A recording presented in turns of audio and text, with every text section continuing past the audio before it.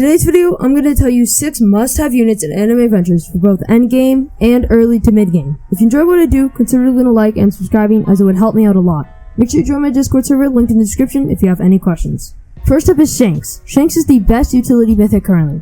Shanks does 5k damage with a 5 SPA and a big range. Shanks has full AoE and an ability that stuns everything in his range. His ability combined with the second best damage in the game makes him a must-have unit. Next is Broly. Broly has the best damage in the game at 8k damage with 11 SPA. This combined with his ridiculously large range is almost unstoppable. AKAINU is another must-have unit in Anime Adventures. AKAINU's high SPA isn't great, but his damage, range, and AoE size all make up for it.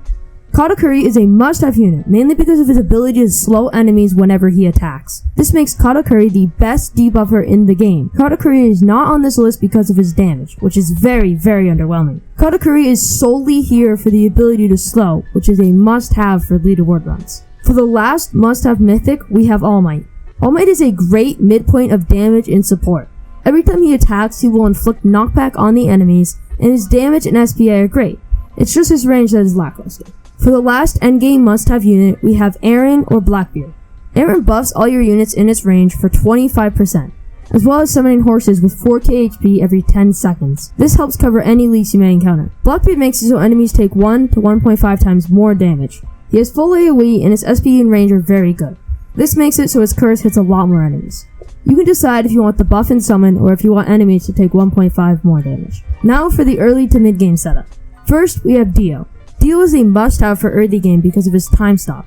His DPS is mediocre, but it's all about his time stop and he's a must-have support legendary for that early to mid-game stage. Next we have ERWIN. Like I mentioned earlier, ERWIN buffs your units for 25% damage and summons horses that at max spawn with 4k HP and spawn every 10 seconds. Giorno. Giorno is the best damage dealing legendary in the game. His cost, SP, and range are all very good.